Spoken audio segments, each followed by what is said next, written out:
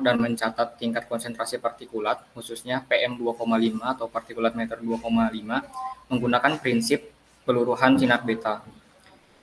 Metode tersebut memberikan penentuan konsentrasi ambien partikulat meter dalam miligram per meter kubik. Atau next. Selanjutnya mengenai korelasi antara alat PAM1020 dengan BMKG. Seperti yang kita ketahui, BMKG itu kan lembaga pemerintah yang memberikan informasi cuaca, iklim, dan geofisika, termasuk juga kualitas udara untuk kepentingan publik.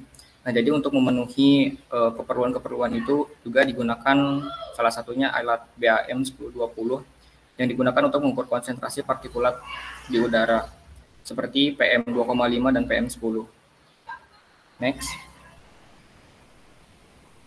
Selanjutnya ada partikulat meter. Apa itu partikulat meter?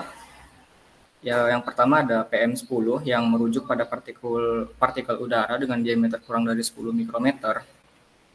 PM10 ini mencakup berbagai partikel seperti debu halus, serbuk sari, asap, dan partikel industri yang terbawa oleh udara, yang tentu saja dapat berdampak negatif pada kesehatan maupun lingkungan. Bisa dilihat di gambar juga antara perbandingan ukurannya.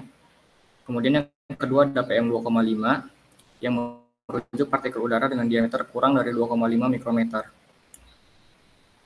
Ukuran 2,5 mikrometer ini sudah sangat kecil, dapat menembus jauh ke dalam saluran pernapasan manusia. Biasanya berasal dari bahan bakar, fosil, kendaraan bermotor, industri, atau aktivitas manusia lainnya. Kemudian yang ketiga ada PM10 sampai 2,5. Adalah selisih antara PM10 dan PM2,5, yaitu partikel dengan diameter antara 2,5 dan 10 mikrometer. Sama seperti yang sebelumnya, ini juga berdampak negatif kepada kesehatan manusia. Next. Di sini ada spesifikasi, di mana di sini disajikan beberapa parameter, salah satunya alat BAM ini dapat melakukan pembacaan 1 kali setiap 1 jam yang nantinya akan ditampilkan pada display. Next.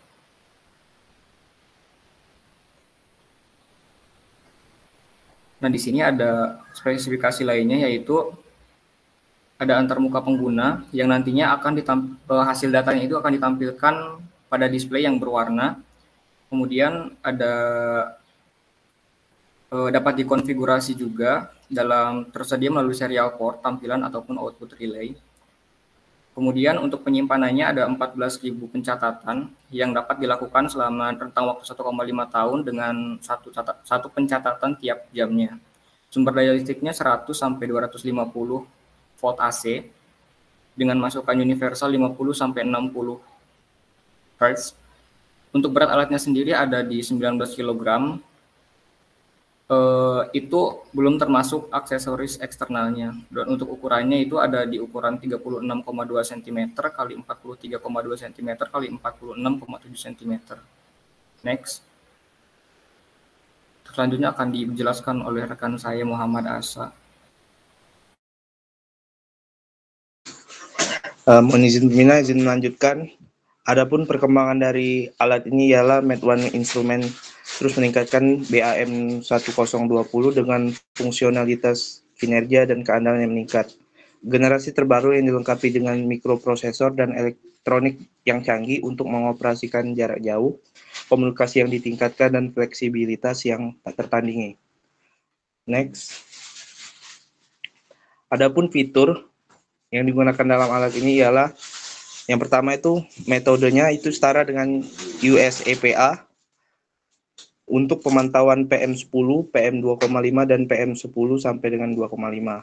Yang kedua, operasi jarak jauh tanpa pengawasan jangka panjang hingga 60 hari antara kunjungan ke lokasi. Yang ketiga itu biaya operasional yang sangat rendah atau terbilang murah. Yang keempat, pemeriksaan kalibrasi jarak jauh otomatis. Yang kelima, audit lapangan cepat dan mudah menggunakan alat audit FRM umum. Yang keenam, pemasangan di meja kerja atau rak peralatan dalam tempat penampungan mobile atau tetap. Yang ketujuh, konstruksi aluminium anodis, stainless steel, dan enamel bakar yang tangguh. Yang kedelapan, sistem aliran yang sangat akurat, handal, dan sederhana secara mekanis. Yang ke-9, kemajuan filter setiap jam meminimalkan efek pada senyawa volatil. Yang ke-10, teknologi pemanas pintar canggih mengontrol kelembaban relatif sampai dengan tepat. Yang ke-11, data logger terintegrasi atau terhubung yang memungkinkan koneksi hingga ke semua sensor meteorologi. Yang ke-12, pemulihan data serial RS-232 menggunakan koneksi PC langsung atau sistem pengumpulan data digital. Next. Adapun cara kerja yang digunakan atau cara kerja alat ini ialah yang pertama itu alat ini memancarkan sinar beta ke filter tab yang bersih pada awal sampel.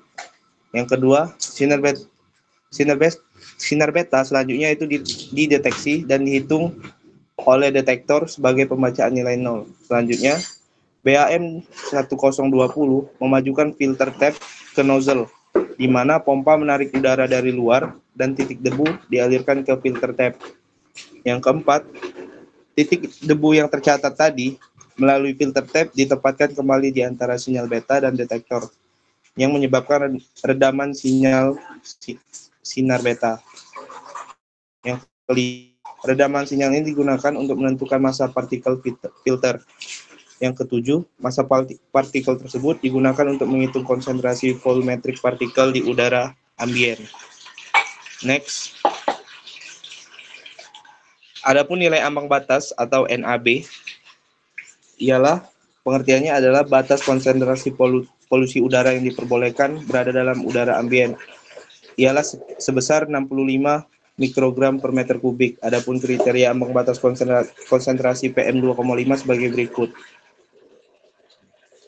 Udara dikatakan baik itu nilainya sebesar 0 sampai 15 mikrogram per meter kubik. Udara dikatakan sedang itu sekitar 16 sampai 65 mikrogram per meter kubik. Sedangkan tidak sehat, dikatakan tidak sehat itu sekitar 66 sampai 150 mikrogram per meter kubik. Dikatakan sangat tidak sehat itu sekitar 151 sampai dengan 250 mikrogram per meter kubik. Dan yang terakhir dikatakan berbahaya itu jika lebih dari 250 mikrogram per meter kubik. Next. Adapun pengambilan data, ada empat cara yang digunakan, ialah yang pertama itu semua file data yang diakses melalui port serial RS-23 Duplex Standar Industri menggunakan program terminal umum atau program lunak Med1 instrumen seperti AirPlus atau Comet. Yang kedua, data tersedia dalam bentuk format termasuk laporan harian, catatan terakhir, semua data dan catatan baru sejak unduhan terakhir. Yang ketiga, file konfigurasi, log kesalahan dan statistika aliran juga tersedia. Yang keempat, pengumpulan data Ethernet dan USB adalah standar. Next. Adapun display, seperti pada gambar di samping, kita dapat lihat itu ada tulisan PM2,5 dan sebelahnya itu ada 6,0, itu ialah besarnya nilai partikelnya.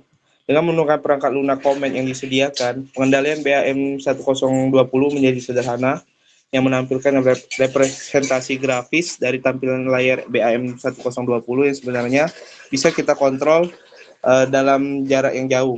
Layar sentuh berkecerahan tinggi yang dipasang di pintu depan mempertahankan semua fungsi sebelumnya dari BAM 1020 dalam format yang modern, logis, intuitif untuk navigasi yang menu yang mudah. Selanjutnya,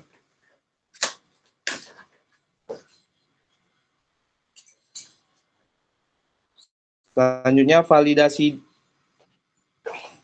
Selanjutnya akan dijelaskan oleh rekan saya, Hasniarti Pradongkir. Silakan. Mohon izin Pak, selanjutnya validasi data dan kemampuan operasional BAM 1020. BAM 1020 secara terus-menerus mengevaluasi kriteria-kriteria validasi data termasuk statistik, aliran, dan kode kesalahan lengkap. Dengan desain yang tahan lama, alat ini dapat beroperasi tanpa henti selama lebih dari 60 hari dan dilengkapi dengan fungsi pengujian mandiri yang komprehensif untuk mendeteksi dan mengatasi kegagalan mekanis dalam sistem kontrol pita. Next.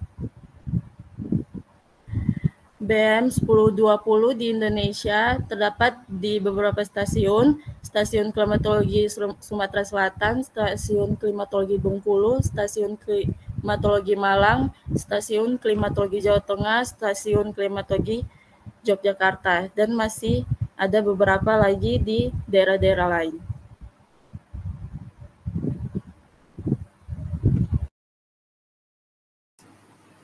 Baik, sekian presentasi dari kelompok 6. Apabila terdapat diskusi, saran, ataupun kritik, dipersilakan. Terima kasih.